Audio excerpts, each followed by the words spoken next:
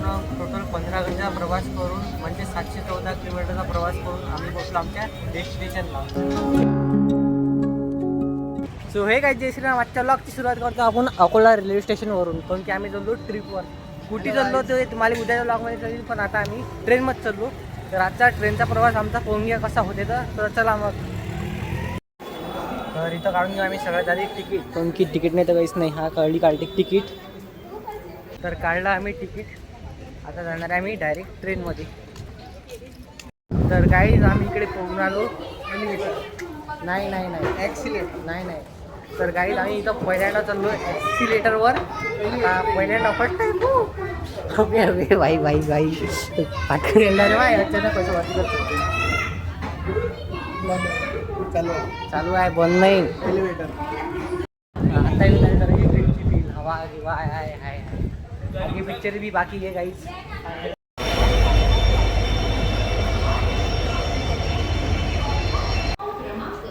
तर इथं पेपर घेऊन गेलो रेल्वेमध्ये खायला येतो. कोणती येऊन नाही राहिला सरमून राहिला. तर काही झाली इकडे ट्रेन. तर चला पटकन ट्रेनमध्ये बसून जायचं. तर काही बसलो आम्ही ट्रेनमध्ये आणि इथं अशी गर्दी आहे ट्रेनमध्ये, पाहू शकता. चला मग आता मस्त दिवसभर आता ट्रेनमध्येच राहिलं आहे आम्हाला. फायनली आम्हाला इथं हॉटेल आला आणि तो तिकडे काय मी कुठं गेला तर मस्त आता.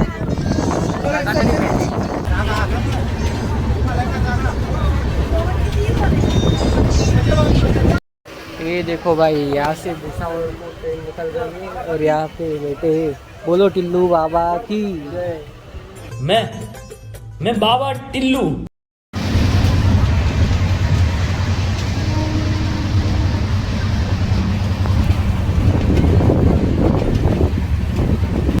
भाई इथं ट्रेन थांबेल आहे नेपाळनगरमध्ये आणि इथं थांबेल आणि इकडून मागून एक ट्रेन चालली नेपाळ.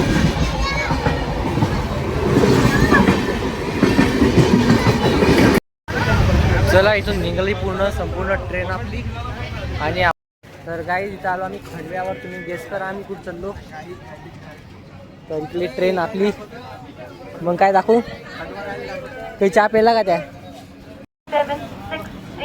इकडे पाणी बी. सर्व लवकर ट्रेन निघून आली. चलो भाई जल्दी, चलो भाई जल्दी. बाय भाई.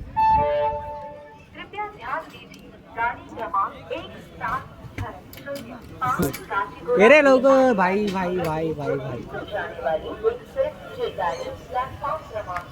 मैं बाबा टिल्लू.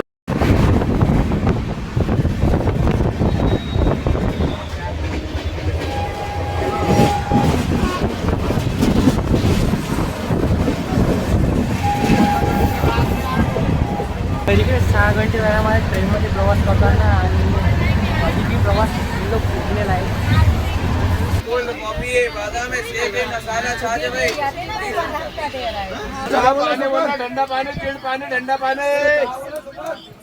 तर काही आता वाजले 9:15 वाजले आणि आम्ही इटारसीला थांबलेलो आणि इकडे जेवण पण करून घेतो आम्ही. तर हो आम्ही इकडे जबरदस्ती इकडे समोसे बी आणले आता. तर काही तिथं मी झोपतो मस्तपैकी. आम्ही पण झोपतो, तुम्ही पण झोपा. बाय. गुड मॉर्निंग मित्रांनो, टोटल 15 घंटा प्रवास करून म्हणजे 714 किलोमीटरचा प्रवास करून आम्ही पोहोचलो आमच्या डेस्टिनेशनला.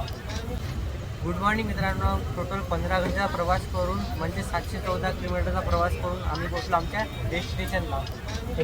आम्ही आलो उज्जैनला.